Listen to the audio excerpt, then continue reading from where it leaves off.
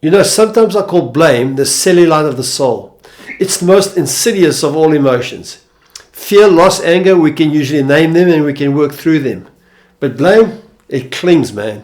It sticks to us in ways that we often don't even notice. This is Life Between Sundays, practical faith, honest reflection, and wisdom for the road ahead. We live in a world that is obsessed with blame. Every day we're told it's someone else's fault. It's the government's fault. It's the boss. It's my wife. It's my husband. It's my kids. It's my family. It's my church. It's even God sometimes. Let me be clear. There's a lot of real injustice in the world.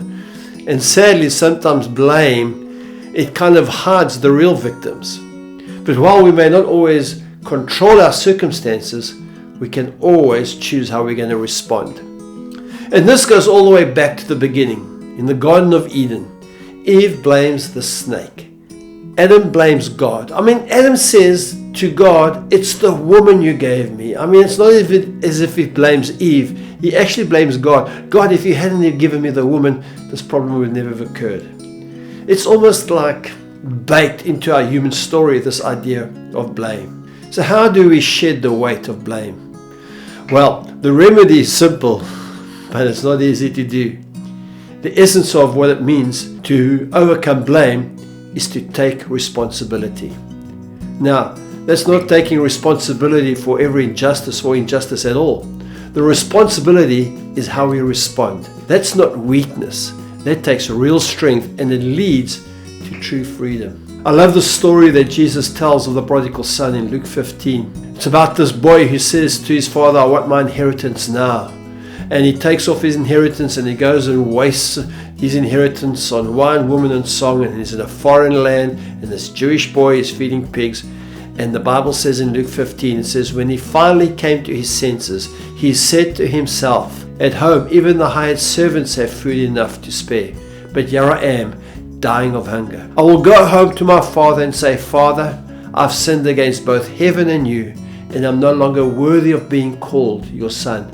Please take me on as a hired hand.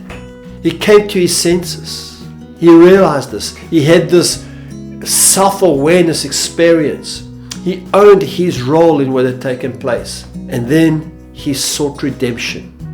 That's the opposite of blame. It reminds me of what I've heard about Alcoholics Anonymous. I don't know much about it, but this is what I do know, that one of the first steps becoming free of alcohol is taking responsibility.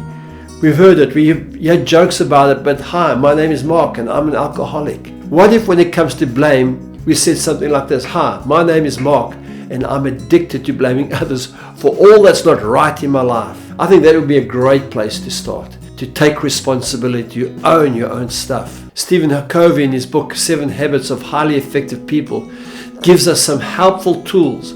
He says that between the stimulus and the response, there's always a gap. And in that gap lies our freedom to choose. And I'm going to go to my whiteboard again. Check it out. So this is what he says. He says there's a stimulus. And over here there's a box to our response. And we get what he calls the freedom to choose. We get the freedom to choose from what hits us and how we respond to it. Every one of us who've had the privilege of owning a motor car have experienced what it is to have road rage. You have a stimulus and there's a response, and there's a very little freedom to choose. And he says that we need to be able to build muscle. This is where the idea of taking responsibility, it's the ability to respond. And there are 4 elements to this idea, and I'm going to share those 4 elements with you now. What he says is that these 4 elements give us the ability to strengthen our ability to choose, to make the right decisions. The first one is self-awareness. We are sovereign as human beings. We've been given the sovereignty to choose, to be self-aware. This is what happens to the prodigal son. He gets out of himself and looks at himself, and he says to himself, you know what? My father's servants have it better than this. I need to take ownership. I need to go back to my father. It's that self-awareness. It's that understanding what you're feeling, what you're thinking, and how you want to respond. The second aspect, to having the ability to choose, to build muscle, to take responsibility, is conscience. Conscience is the primary voice of the Spirit.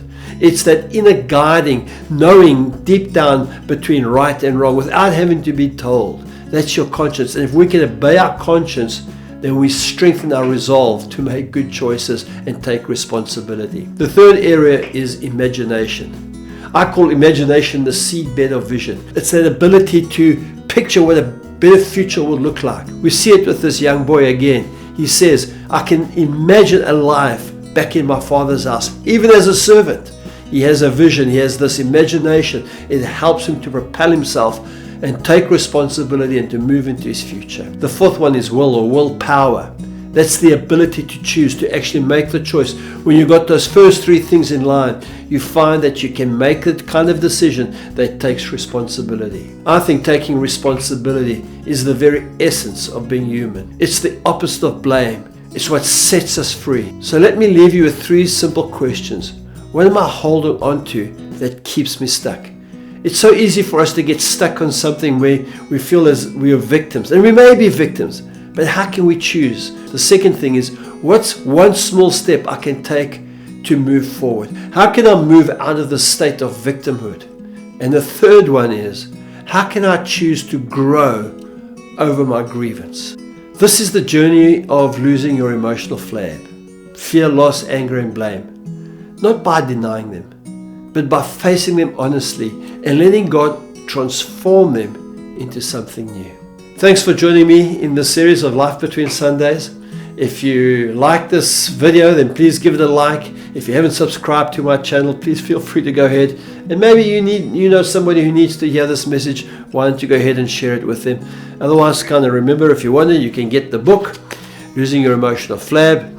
A spiritual guide to emotional freedom. There's a link below. And God bless you. Thanks for watching. Have a great day.